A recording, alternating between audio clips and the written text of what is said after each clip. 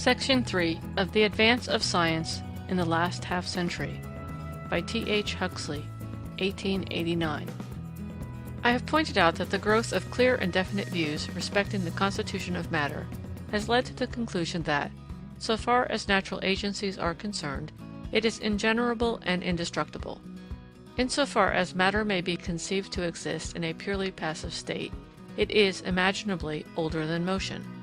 But as it must be assumed to be susceptible of motion, a particle of bare matter at rest must be endowed with the potentiality of motion.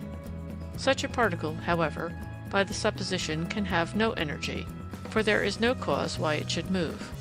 Suppose now that it receives an impulse. It will begin to move with a velocity inversely proportional to its mass, on the one hand, and directly proportional to the strength of the impulse, on the other, and will possess kinetic energy, in virtue of which it will not only continue to move forever if unimpeded, but if it impinges on another such particle, it will impart more or less of its motion to the latter. Let it be conceived that the particle acquires a tendency to move, and that nevertheless it does not move. It is then in a condition totally different from that in which it was at first. A cause, competent to produce motion, is operating upon it, but, for some reason or other, is unable to give rise to motion. If the obstacle is removed, the energy which was there, but could not manifest itself, at once gives rise to motion. While the restraint lasts, the energy of the particle is merely potential, and the case supposed illustrates what is meant by potential energy. In this contrast of the potential with the actual, modern physics is turning to account the most familiar of Aristotelian distinctions, that between dunamis and energia. That kinetic energy appears to be imparted by impact is a fact of daily and hourly experience. We see bodies set in motion by bodies already in motion, which seem to come in contact with them. It is a truth which could have been learned by nothing but experience, and which cannot be explained, but must be taken as an ultimate fact, about which, explicable or inexplicable, there can be no doubt. Strictly speaking, we have no direct apprehension of any other cause of motion, but experience furnishes innumerable examples of the production of kinetic energy in a body previously at rest, when no impact is discernible as the cause of that energy. In all such cases, the presence of a second body is a necessary condition, and the amount of kinetic energy which its presence enables the first to gain is strictly dependent on the relative positions of the two. Hence the phrase energy of position, which is frequently used as equivalent to potential energy. If a stone is picked up and held, say, 6 feet above the ground, it has potential energy, because, if let go, it will immediately begin to move towards the earth, and this energy may be said to be energy of position, because it depends upon the relative position of the earth and the stone. The stone is solicited to move, but cannot, so long as the muscular strength of the holder prevents the solicitation from taking effect. The stone, therefore, has potential energy, which becomes kinetic if it is let go, and the amount of that kinetic energy which will be developed before it strikes the earth depends on its position, on the fact that it is, say, 6 feet off the earth, neither more nor less. Moreover, it can be proved that the raiser of the stone had to exert as much energy in order to place it in its position as it will develop in falling. Hence the energy which was exerted and apparently exhausted in raising the stone is potentially in the stone, in its raised position, and will manifest itself when the stone is set free. Thus, the energy withdrawn from the general stock to raise the stone is returned when it falls, and there is no change in the total amount. Energy, as a whole, is conserved. Taking this as a very broad and general statement of the essential facts of the case, the raising of the stone is intelligible enough as a case of the communication of motion from one body to another. But the potential energy of the raised stone is not so easily intelligible. To all appearance, there is nothing either pushing or pulling it towards the earth, or the earth towards it, and yet it is quite certain that the stone tends to move towards the earth, and the earth towards the stone, in the way defined by the law of gravitation. In the currently accepted language of science, the cause of motion, in all such cases as this, when bodies tend to move towards or away from one or another, without any discernible impact of other bodies, is termed a force, which is called attractive in the one case and repulsive in the other. And such attractive or repulsive forces are often spoken of as if they were real things, capable of exerting a pull or a push upon the particles of matter concerned. Thus, the potential energy of the stone is commonly said to be due to the force of gravity, which is continually operating upon it. Another illustration may make the case plainer.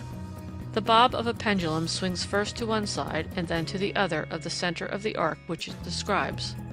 Suppose it to have just reached the summit of its right-hand half-swing.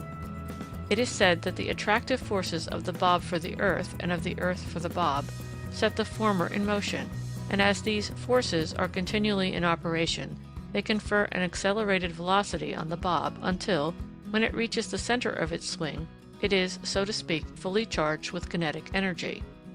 If at this moment the whole material universe, except the bob, were abolished, it would move forever in the direction of a tangent to the middle of the arc described. As a matter of fact, it is compelled to travel through its left-hand half-swing, and thus virtually to go uphill. Consequently, the attractive forces of the bob and the earth are now acting against it, and constitute a resistance which the charge of kinetic energy has to overcome. But, as this charge represents the operation of the attractive forces during the passage of the bob through the right-hand half-swing down to the center of the arc, so it must needs be used up by the passage of the bob upwards from the center of the arc to the summit of the left-hand half-swing. Hence, at this point, the bob comes to a momentary rest. The last fraction of kinetic energy is just neutralized by the action of the attractive forces, and the bob has only potential energy equal to that with which it started. So that the sum of the phenomena may be stated thus. At the summit of either half arc of its swing, the bob has a certain amount of potential energy. As it descends, it gradually exchanges this for kinetic energy, until at the center it possesses an equal amount of kinetic energy. From this point onwards, it gradually loses kinetic energy as it ascends until, at the summit of the other half arc, it has acquired an exactly similar amount of potential energy. Thus, on the whole transaction, nothing is either lost or gained. The quantity of energy is always the same, but it passes from one form into the other. To all appearance, the phenomena exhibited by the pendulum are not to be accounted for by impact. In fact, it is usually assumed that corresponding phenomena would take place if the earth and the pendulum were situated in an absolute vacuum, and at any conceivable distance from one another. If this be so, it follows that there must be two totally different kinds of causes of motion. The one, impact, a vera causa, of which to all appearance we have constant experience. The other, attractive or repulsive force, a metaphysical entity which is physically inconceivable. Newton expressly repudiated the notion of the existence of attractive forces, in the sense in which that term is ordinarily understood, and he refused to put forward any hypothesis as to the physical cause of the so-called attraction of gravitation. As a general rule, his successors have been content to accept the doctrine of attractive and repulsive forces, without troubling themselves about the philosophical difficulties which it involves. But this has not always been the case, and the attempt of Lesage in the last century to show that the phenomena of attraction and repulsion are susceptible of explanation by his hypothesis of bombardment of ultramundane particles, whether tenable or not, has the great merit of being an attempt to get rid of the dual conception of the causes of motion which has hitherto prevailed. On this hypothesis, the hammering of the ultramundane corpuscles on the bob confers its kinetic energy on the one hand and takes it away on the other, and the state of potential energy means the condition of the bob during the instant at which the energy, conferred by the hammering during the one half arc, has just been exhausted by the hammering during the other half arc. It seems safe to look forward to the time when the conception of attractive and repulsive forces, having served its purpose as a useful piece of scientific scaffolding, will be replaced by the deduction of the phenomena known as attraction and repulsion from the general laws of motion. The doctrine of the conservation of energy, which I have endeavored to illustrate, is thus defined by the late Clerk Maxwell. The total energy of any body or system of bodies is a quantity which can neither be increased nor diminished by any mutual action of such bodies, though it may be transformed into any one of the forms of which energy is susceptible. It follows that energy, like matter, is indestructible and ingenerable in nature. the phenomenal world, so far as it is material, expresses the evolution and involution of energy, its passage from kinetic to the potential condition and back again. Wherever motion of matter takes place, that motion is effected at the expense of part of the total store of energy. Hence, as the phenomena exhibited by living beings, in so far as they are material, are all molar or molecular motions, these are included under the general law. A living body is a machine by which energy is transformed in the same sense as a steam engine is so, and all its movements, molar and molecular, are to be accounted for by the energy which is supplied to it. The phenomena of consciousness which arise, along with certain transformations of energy, cannot be interpolated in the series of these transformations, inasmuch as they are not motions to which the doctrine of the conservation of energy applies. And, for the same reason, they do not necessitate the using up of energy. A sensation has no mass, and cannot be conceived to be susceptible of movement. That a particular molecular motion does give rise to a state of consciousness is experimentally certain, but the how and why of the process are just as inexplicable as in the case of the communication of kinetic energy by impact. When dealing with the doctrine of the ultimate constitution of matter, we found a certain resemblance between the oldest speculations and the newest doctrines of physical philosophers. But there is no such resemblance between the ancient and modern views of motion and its causes, except in so far as the conception of attractive and repulsive forces may be regarded as the modified descendant of the Aristotelian conception of forms. In fact, it is hardly too much to say that the essential and fundamental difference between ancient and modern physical science lies in the ascertainment of the true laws of statics and dynamics in the course of the last 3 centuries, and in the invention of mathematical methods of dealing with all the consequences of these laws. The ultimate aim of modern physical science is the deduction of the phenomena exhibited by material bodies from physico-mathematical first principles. Whether the human intellect is strong enough to attain the goal set before it may be a question, but thither will it surely strive. The third great scientific event of our time, the rehabilitation of the doctrine of evolution, is part of the same tendency of increasing knowledge to unify itself, which has led to the doctrine of the conservation of energy. And this tendency, again, is mainly a product of the increasing strength conferred by physical investigation on the belief in the universal validity of that orderly relation of facts, which we express by the so-called laws of nature. The growth of a plant from its seed, of an animal from its egg, the apparent origin of innumerable living things from mud, or from the putrefying remains of former organisms, has furnished the earlier scientific thinkers with abundant analogies suggestive of the conception of a corresponding method of cosmic evolution from a formless chaos to an ordered world which might either continue forever or undergo dissolution into its elements before starting on a new course of evolution. It is therefore no wonder that, from the days of the Ionian school onwards, the view that the universe was the result of such a process should have maintained itself as a leading dogma of philosophy. The emanistic theories which played so great a part in Neoplatonic philosophy and Gnostic theology are forms of evolution. In the 17th century, Descartes propounded a scheme of evolution as an hypothesis of what might have been the mode of origin of the world, while professing to accept the ecclesiastical scheme of creation as an account of that which actually was its manner of coming into existence. In the 18th century, Kant put forth a remarkable speculation as to the origin of the solar system, closely similar to that subsequently adopted by Laplace, and destined to become famous under the title of the nebular hypothesis. The careful observations and the acute reasonings of the Italian geologist of the 17th and 18th centuries, the speculations of Leibniz in the Protegea, and of Buffon in his Théorie de la Terre, the sober and profound reasonings of Hutton in the latter part of the 18th century, all these tended to show that the fabric of the earth itself implied the continuance of processes of natural causation for a period of time as great, in relation to human history,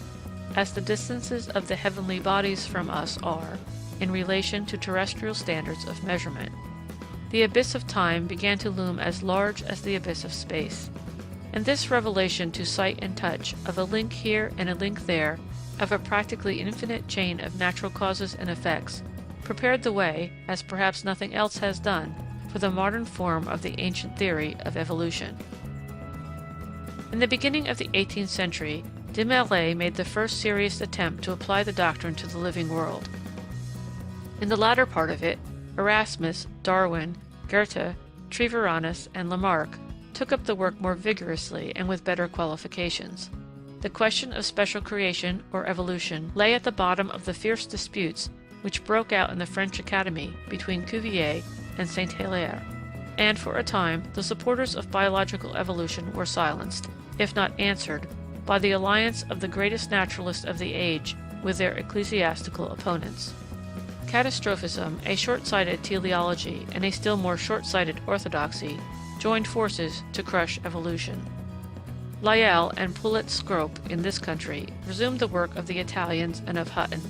and the former, aided by a marvelous power of clear exposition, placed upon an irrefragable basis the truth that natural causes are competent to account for all events which can be proved to have occurred in the course of the secular changes which have taken place during the deposition of the stratified rocks.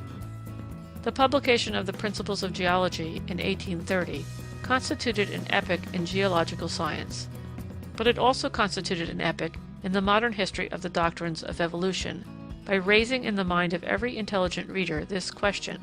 if natural causation is competent to account for the not living part of our globe, why should it not account for the living part? By keeping this question before the public for some 30 years, Lyell, though the keenest and most formidable of the opponents of the transmutation theory, as it was formulated by Lamarck, was of the greatest possible service in facilitating the reception of the sounder doctrines of later day. And in like fashion, another vehement opponent of the transmutation of species, the elder Agassiz, was doomed to help the cause he hated. Agassiz not only maintained the fact of the progressive advance in organization of the inhabitants of the earth at each successive geological epoch, but he insisted upon the analogy of the steps of this progression with those by which the embryo advances to the adult condition, among the highest forms of each group. In fact, in endeavoring to support these views, he went a good way beyond the limits of any cautious interpretation of the facts then known. Although little acquainted with biological science, Whewell seems to have taken particular pains with that part of his work which deals with the history of geological and biological speculation. In several chapters of his 17th and 18th books, which comprise the history of physiology, of comparative anatomy, and of the paleontological sciences, vividly reproduce the controversies of the early days of the Victorian epoch. But here, as in the case of the doctrine of the conservation of energy, the historian of the inductive sciences has no prophetic insight, not even a suspicion of that which the near future was to bring forth. And those who still repeat the once favorite objection that Darwin's Origin of Species is nothing but a new version of the Philosophie Zoologique will find that, so late as 1844, Whewell had not the slightest suspicion of Darwin's main theorem, even as a logical possibility. In fact, the publication of that theorem by Darwin and Wallace in 1859 took all the biological world by surprise. Neither those who were inclined towards the progressive transmutation or development doctrine, as it was then called, nor those who were opposed to it, had the slightest suspicion that the tendency to variation in living beings, which all admitted as a matter of fact, the selective influence of conditions, which no one could deny to be a matter of fact when his attention was drawn to the evidence, and the occurrence of great geological changes, which also was a matter of fact, could be used as the only necessary postulates of a theory of the evolution of plants and animals which, even if not at once competent to explain all the known facts of biological science, could not be shown to be inconsistent with any. So far as biology is concerned, the publication of the Origin of Species, for the first time, put the doctrine of evolution in its application to living things upon a sound scientific foundation. It became an instrument of investigation, and in no hands did it prove more brilliantly profitable than in those of Darwin himself.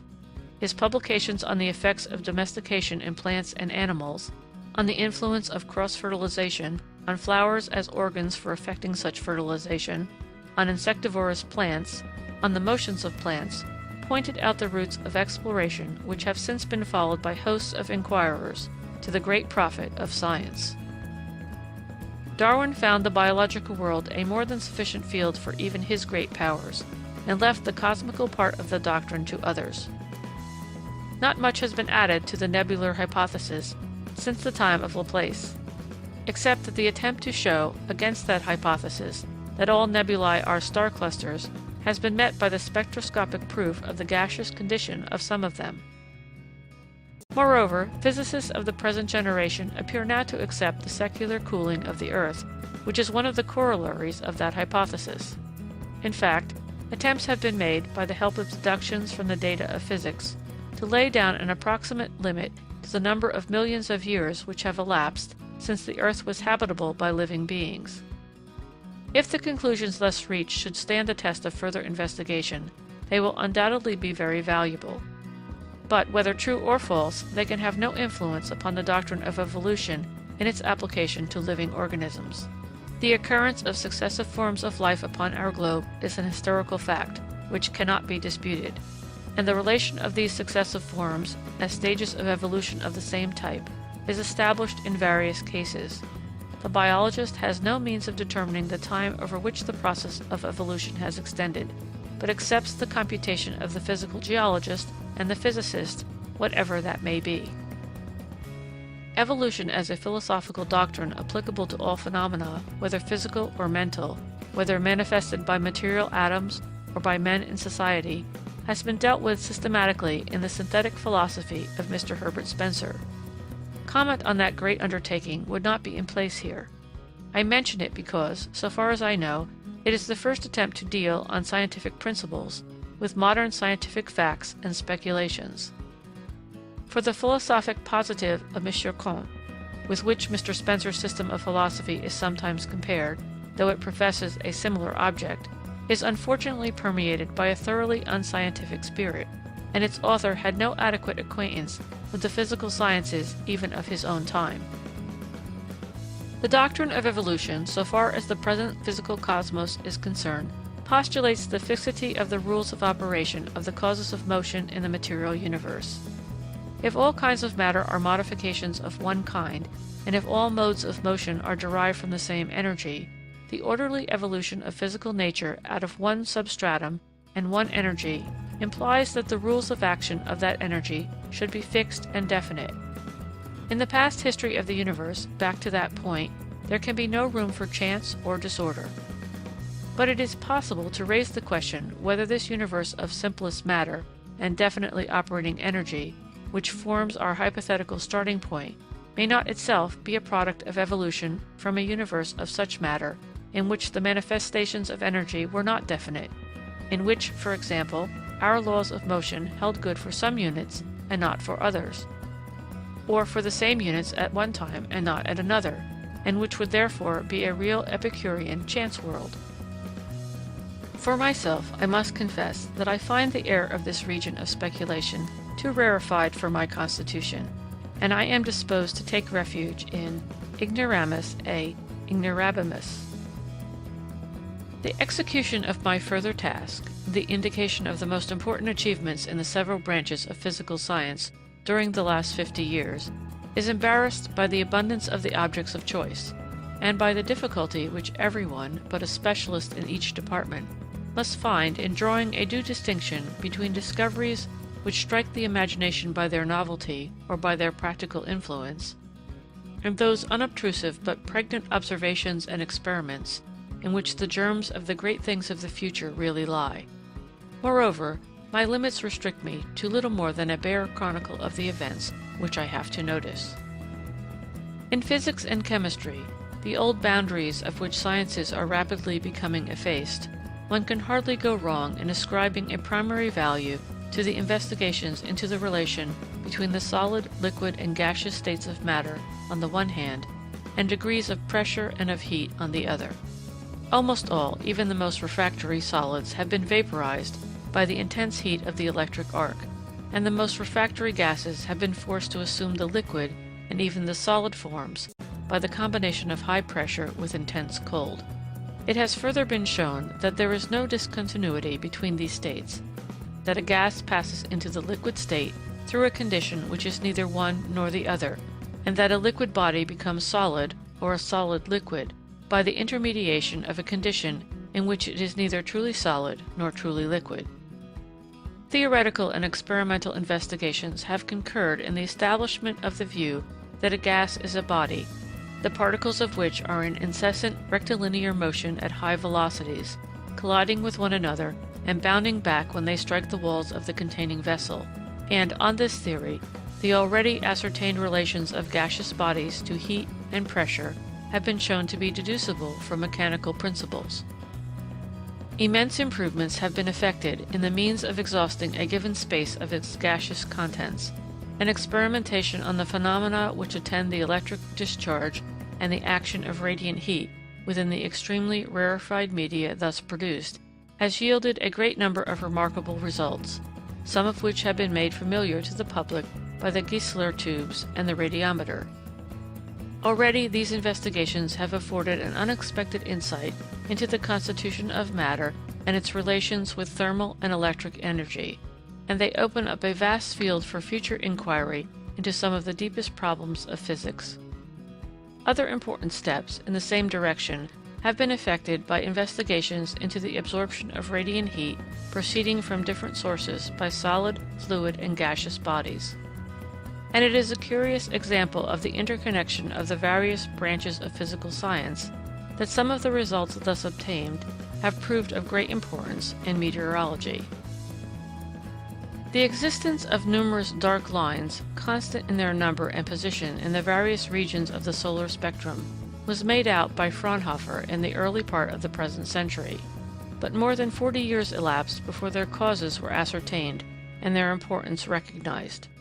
Spectroscopy, which then took its rise, is probably that employment of physical knowledge, already won, as a means of further acquisition, which most impresses the imagination. For it has suddenly and immensely enlarged our power of overcoming the obstacles which almost infinite minuteness on the one hand and almost infinite distance on the other have hitherto opposed to the recognition of the presence and the condition of matter. 1/18,000,000th of a grain of sodium in the flame of a spirit lamp may be detected by this instrument, and, at the same time, it gives trustworthy indications of the material constitution not only of the sun, but of the farthest of those fixed stars and nebulae which afford sufficient light to affect the eye or the photographic plate of the inquirer. The mathematical and experimental elucidation of the phenomena of electricity and the study of the relations of this form of energy with chemical and thermal action had made extensive progress before 1837. But the determination of the influence of magnetism on light, the discovery of diamagnetism, of the influence of crystalline structure on magnetism, and the completion of the mathematical theory of electricity all belong to the present epoch. To it also appertain the practical execution and the working out of the results of the great international system of observations on terrestrial magnetism, suggested by Humboldt in 1836, and the invention of instruments of infinite delicacy and precision for the quantitative determination of electrical phenomena. The voltaic battery has received vast improvements, while the invention of magneto-electric engines and of improved means of producing ordinary electricity has provided sources of electrical energy vastly superior to any before extant in power and far more convenient for use. It is perhaps this branch of physical science which may claim the palm for its practical fruits, no less than for the aid which it has furnished to the investigation of other parts of the field of physical science. The idea of the practicability of establishing a communication between distant points, by means of electricity, could hardly fail to have simmered in the minds of ingenious men, since well nigh a century ago experimental proof was given that electric disturbances could be propagated through a wire 12,000 feet long. Various methods of carrying the suggestion into practice had been carried out with some degree of success. But the system of electric telegraphy, which at the present time brings all parts of the civilized world within a few minutes of one another, originated only about the commencement of the epoch under consideration.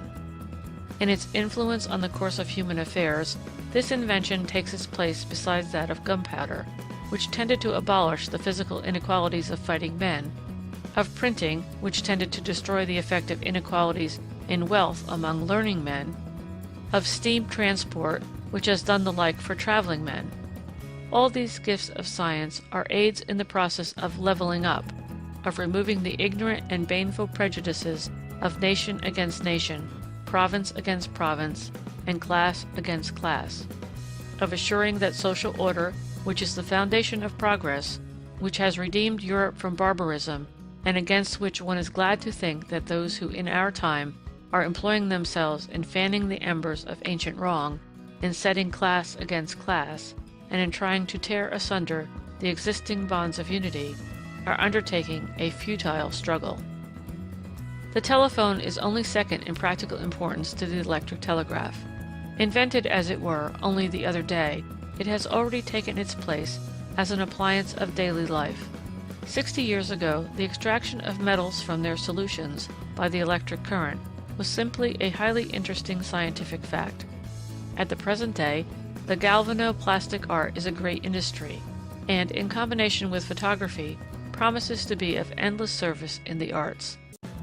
Electric lighting is another great gift of science to civilization, the practical effects of which have not yet been fully developed, largely on account of its cost.